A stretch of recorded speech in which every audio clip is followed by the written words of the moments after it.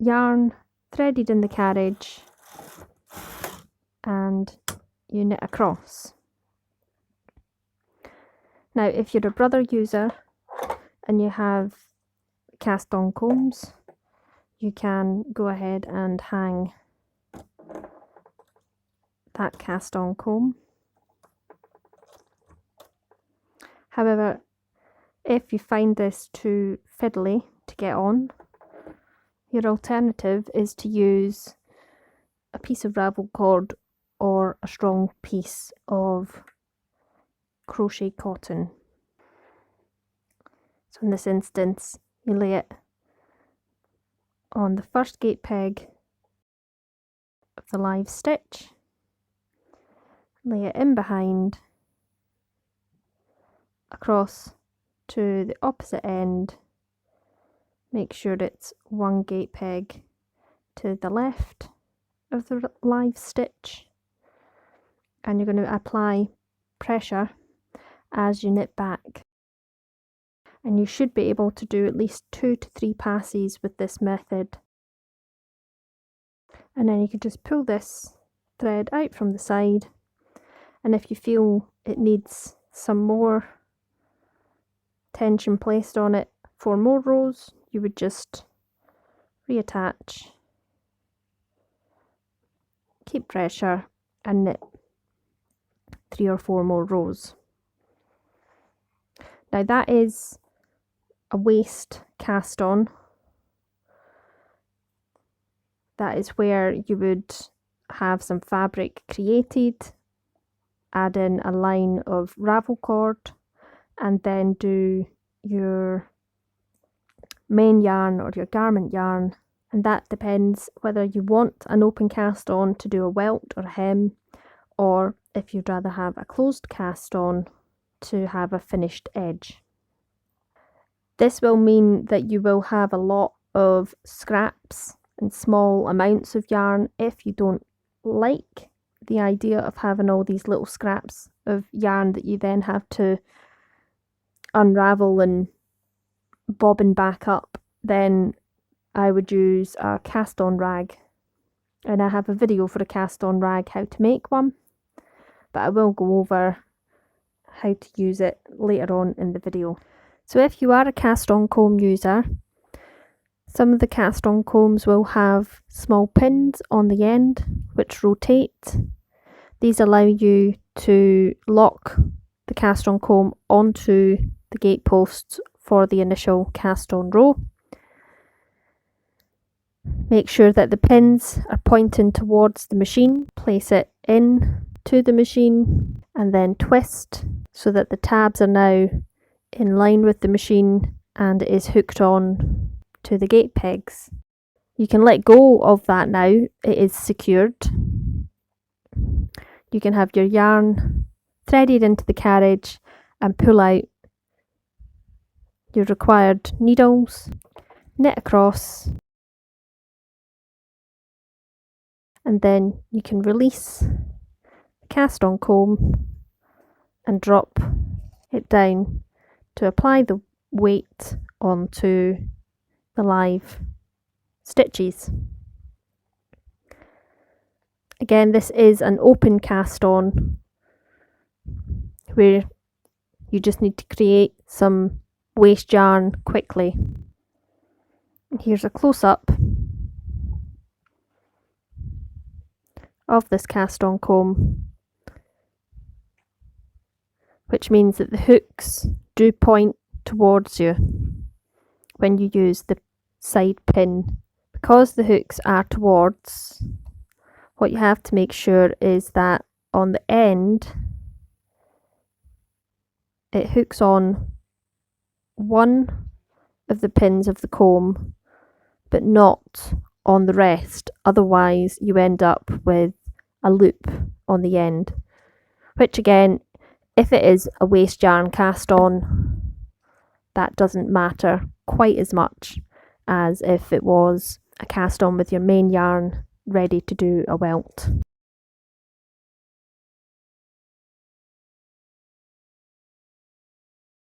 So you should be able to knit back and forth with the comb secured in place. You can add claw weights to this comb if it requires more weight, but unless you're doing a hem or a welt, this is going to unravel on itself. Another comb variation, which is in your user manual normally for the brother users, is to do a 1-in-1 needle selection. This time placing the yarn into the hooks, and these needles would be in B position. So every other needle for B position,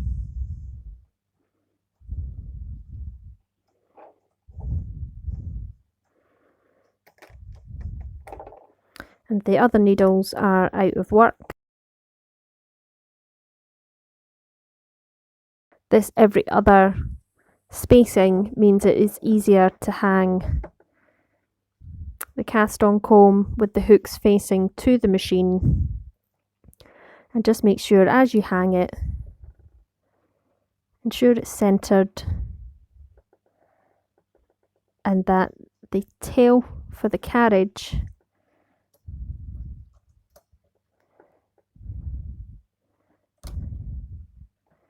will fall behind the rest of the pins,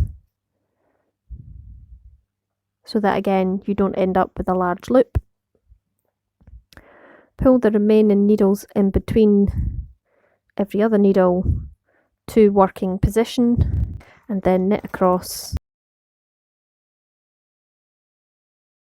This gives a semi-closed edge with that tail running through the stitches, and this would be a beneficial cast on if you were doing a hat from the crown down. So a cinch top hat, this would be a great cast on, or a toy.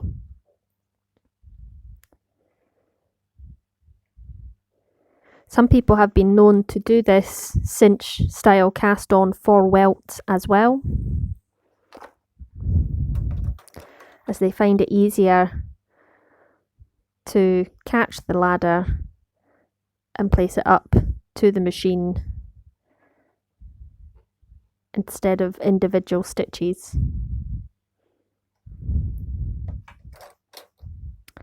If you keep the cast on comb on, then you might be able to lift the comb up and hang to the stitches. So now we're going to look at that type of cast on again, this semi-open cast on that allows you to cinch the edge. And what if you're not a brother user or you don't have a cast on comb? Again, you would be pulling needles out, every other needle comes to holding position, which on brother is E, knitmaster will be D, and the rest of the needles this time are going to be in work, so they're going to be in B position. The carriage, we're going to set our weaving brush, which on brother here at the front, we're going to push this lever up so that the weaving brush will press down on to the needles. And knitmaster users, your weaving brush, if your sinker plate has one, will be a little button at the side that you will need to drop down to engage the brush.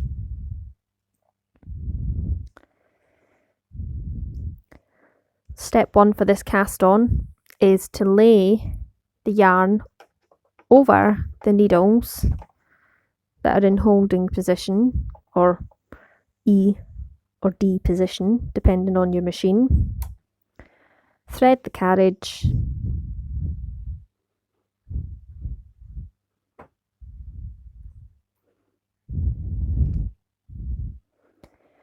and knit across. Now, as you knit across, what might happen if you have a peg on the end, the peg might pull down and this tail might get longer. So just hand tension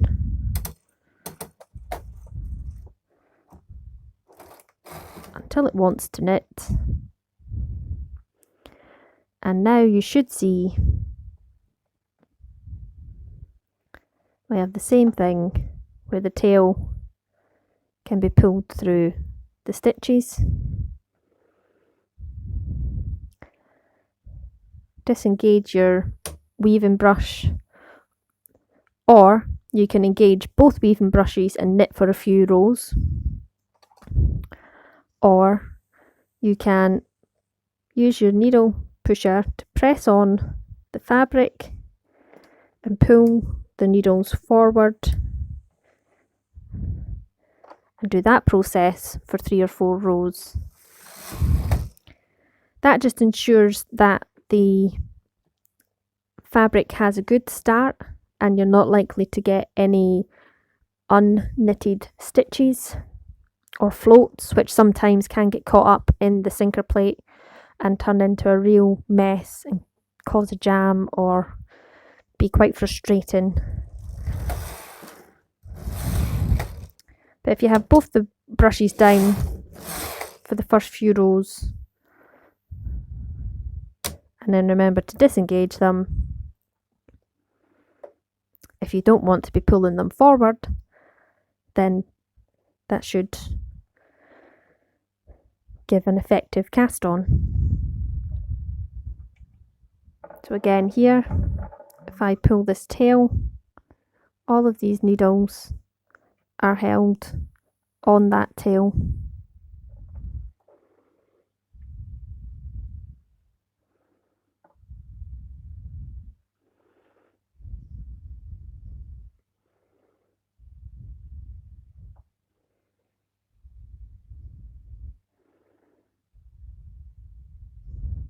So the next way to get started with knitting on the machine, if you require some fabric to be made first and you don't want to use the waste yarn cast on, I would use the cast on rag, which I often refer to as a rag and ravel cast on. I have a video on how to make it. It is just a pre-made scrap strip of fabric. Depending on how it is made, we'll have areas to secure the needles through, and I find the easiest way to do this is to bring the needles into upper work or hold, whichever you prefer. Ensure that the latches are open,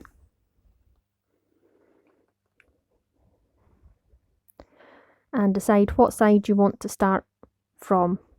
Now I normally start from the right to the left, finding one hole through the fabric and one needle goes through that hole. And if it is spaced well enough, then it should be a fairly quick process.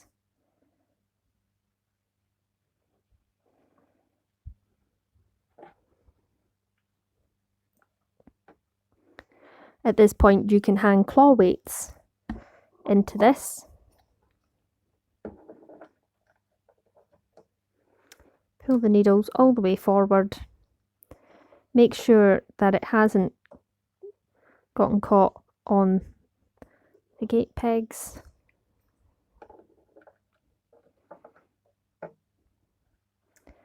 Hang the claw weight. And then you can come in with your ravel cord or a cotton thread. Something that is strong. I had been asked before whether a certain yarn would work because it was a smooth, silky look yarn.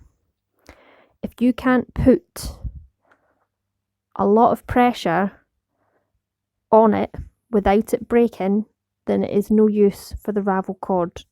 Sometimes the ravel cord will need quite a bit of pressure to pull out of work. The purpose of the ravel cord is a smooth, strong cord or thread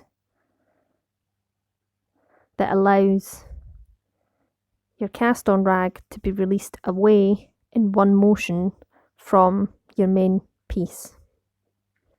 Normally the cast on is done with the carriage on the opposite side of where you want to begin.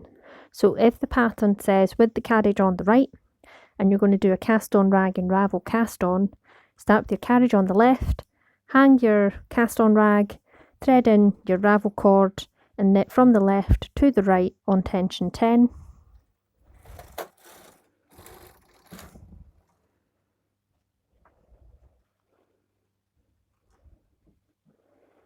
Now I normally start with a rag and ravel on most of my projects. And some of the main things that we need to keep an eye on is that the cast on rag hasn't become caught up on the needles. It should be totally free, and only the green yarn, which is my ravel cord, should be in the needle hooks.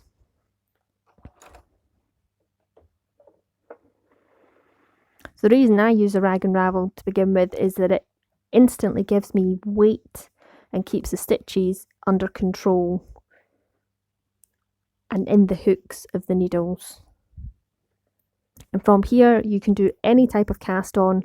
You can thread in your main yarn and start knitting for an open edge, which you would only do if you were doing a welt or you were coming back at a later point to add some trim to knit in the opposite direction.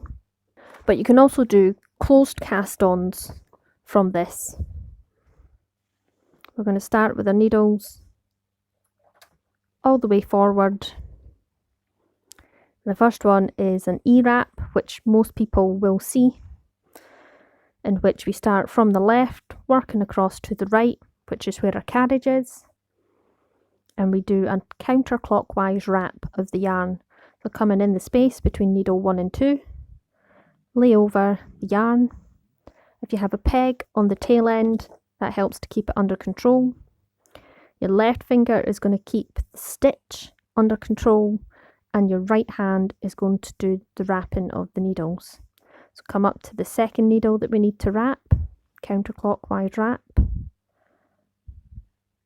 And this is a trickier one for beginners to get right, because it's very much a Goldilocks method of ensuring that the wrap that you create isn't too tight, but also isn't too loose. If the wrap is too tight, a few things can happen. You can either have the carriage jam because the stitch isn't big enough to come over the depth of the needle hook, or the yarn could break and you continue knitting on, and it's only afterwards that you realise the yarn had broke and your piece starts to unravel.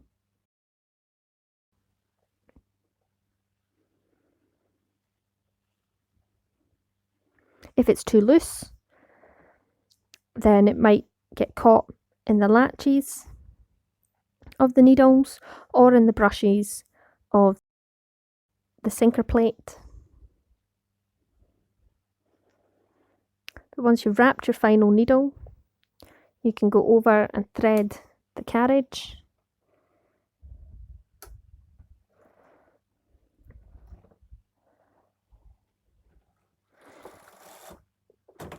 And knit across.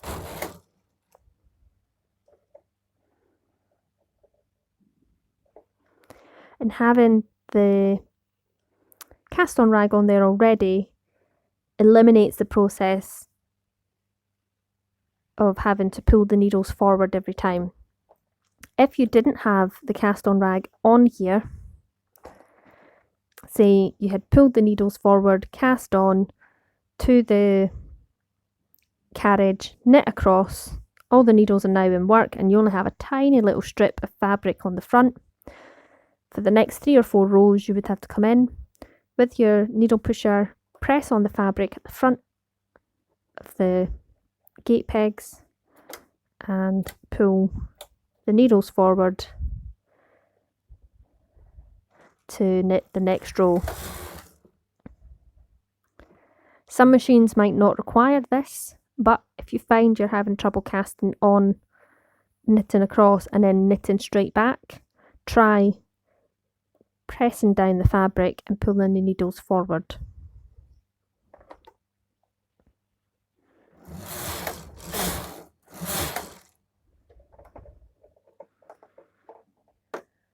And it's easy to release the cast on rag. Make sure all the weights are off.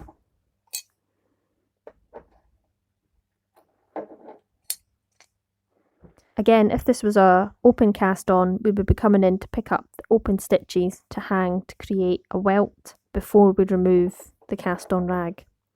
But since I've done a closed cast on, I can just come in and pull on one end, pull that cord out, and the cast on rag will detach. And we now have a closed edge.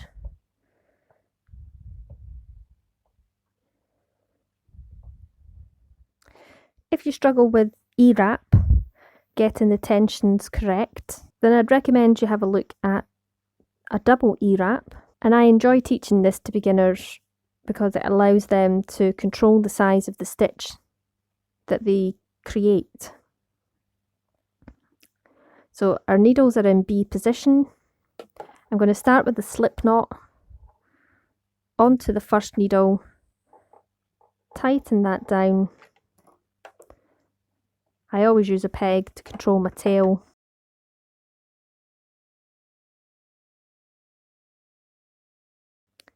I'm going to pull the next needle forward, and again it is helpful if all of your latches are open.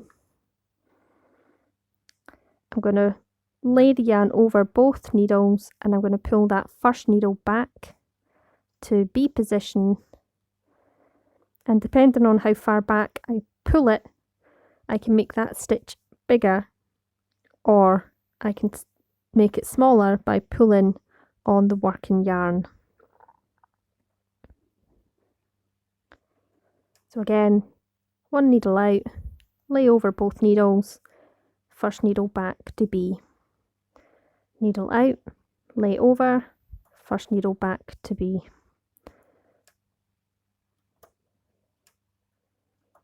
Again, my left hand is in control of the needles and my right hand is in control of the yarn.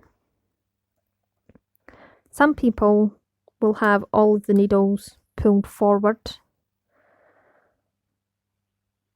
and you can do it with that method, but sometimes it's just a little bit more tricky to see where you need to bring the yarn up through. Sometimes you could go 3 or sometimes you could go 1. If these needles are back in B position and you control when they come out, then you know exactly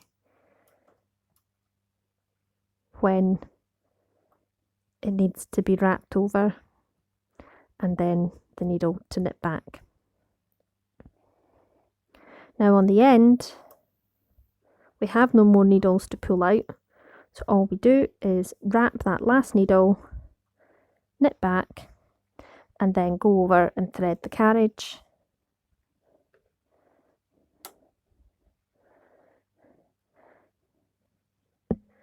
Keep in mind, if at any point you have pulled slack through from your tension mast, you will want to go back and reduce the take-up spring so that the yarn is under tension as you start to knit. So I can knit across. My carriage is all set for plain, and again I can knit across with this machine again with no problems. If you are having problems when you try that, then come, press down on the fabric, pull the needles forward, knit across, press on the fabric, pull the needles forward, knit across. Repeat that for 4 to 5 rows until you have enough fabric created to get some claw weights in.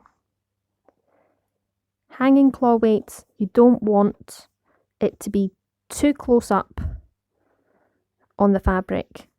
If it's too close up, then you might end up causing a pinch point for the sinker plate, which could damage the sinker plate. It could damage the teeth of the claw weights. It might even potentially break the yarn if your yarn is fragile enough.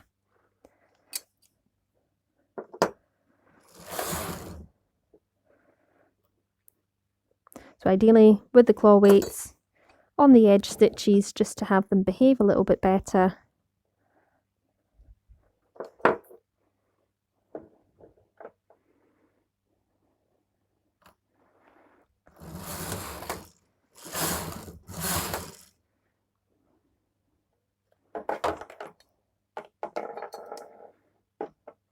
And the double E-wrap, in comparison to the single E-wrap,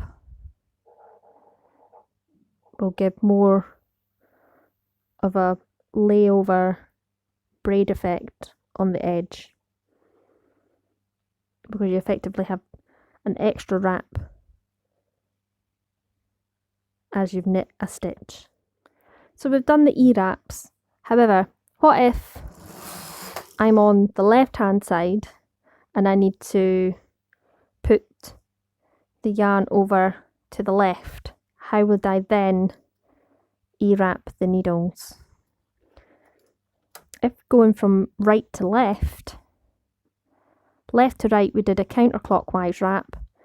Right to left, we're going to do a clockwise wrap.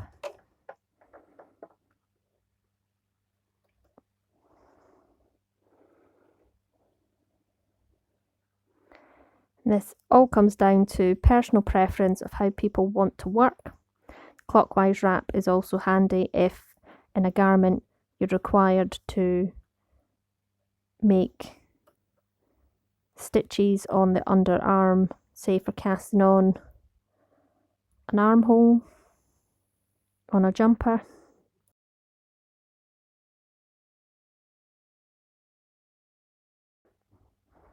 So again, cast on, knit across. You can hear how hard that was to push, just because E-wrap does tend to encourage you to make too tight a cast on. But again, we can see the finish. It's just a single strand. It's a little less fuller than the double E-wrap. So our next cast on, we're going to use the Latch tool. And some people begin with a slip knot for this as well. So the slip knot is going to go onto the shaft of your Latch tool. We're working left to right. The Latch tool is going to come up between needle 1 and 2. Lay the yarn into the hook of the Latch tool and pull down.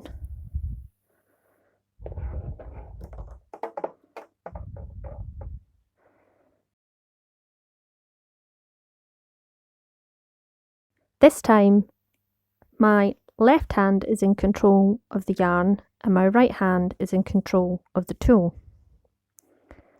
I'm coming up to the next space, lay the yarn over, pull through. Now if I pull the hook further away, I make a bigger stitch. If that's too big, then I can pull on the yarn whilst keeping tension on the tool to make that stitch smaller. And this is another Goldilocks cast on method.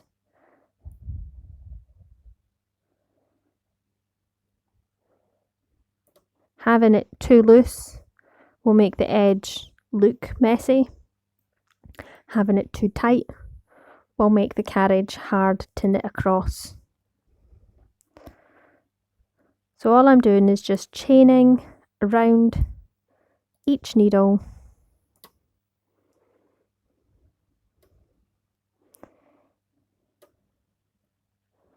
ensuring that as I pull the loop through up to the next space, that loop goes behind the latch on the Latch tool, before I lay the yarn in and pull the tool down to create the stitch.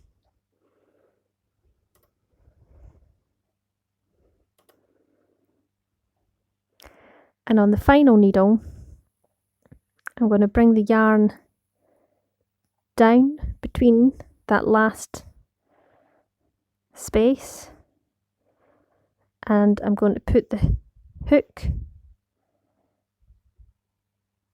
the loop that we're currently creating, into this last needle. Push it back, thread the carriage,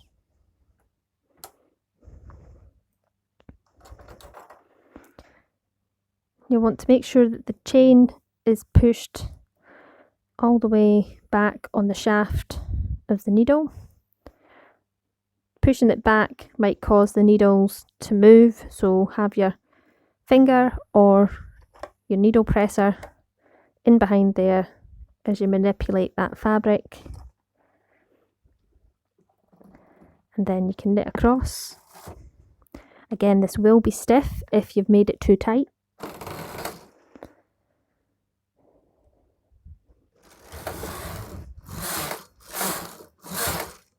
And again, I'm able to go back and forth, but if I was having problems, I would be pulling the needles all the way forward in between each pass of the carriage for 4 or 5 rows.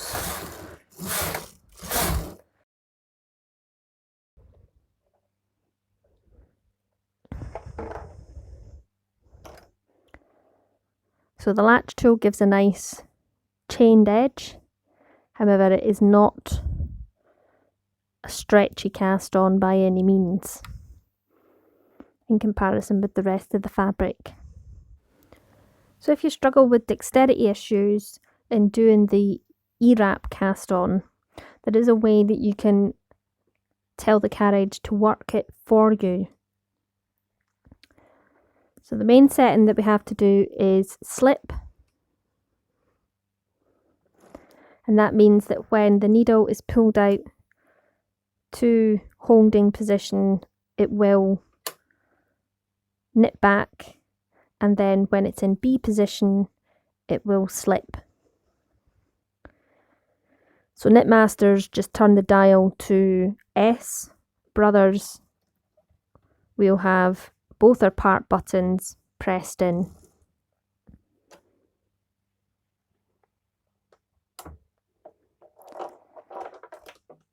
Threading the carriage, knit across, knit back, pull the next needle out, knit across, knit back. The next needle, you might just want to press on the yarn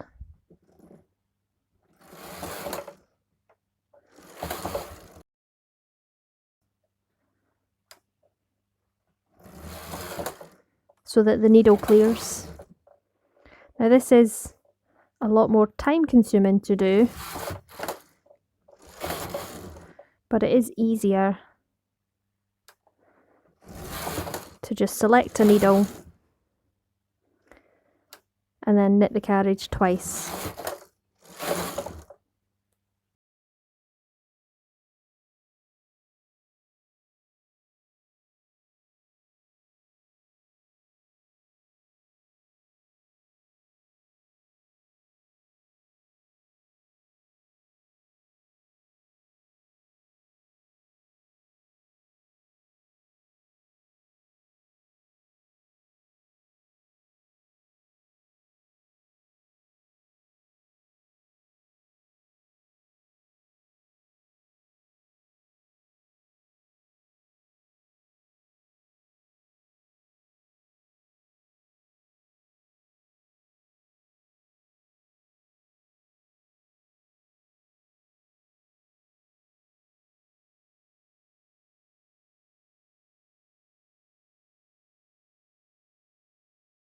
So when you have cast on, keep in mind that is going to put a lot more wear over this yarn Going to cancel my slip function. Knit masters, bring your cam back to the 0 and knit this across.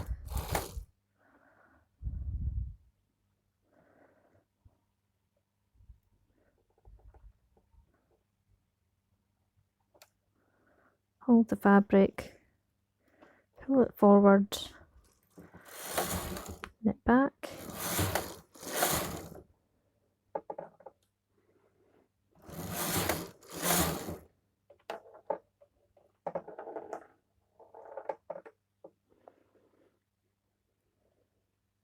And it gives the same effect as doing it by hand, but we'll use the machine to wrap the needles.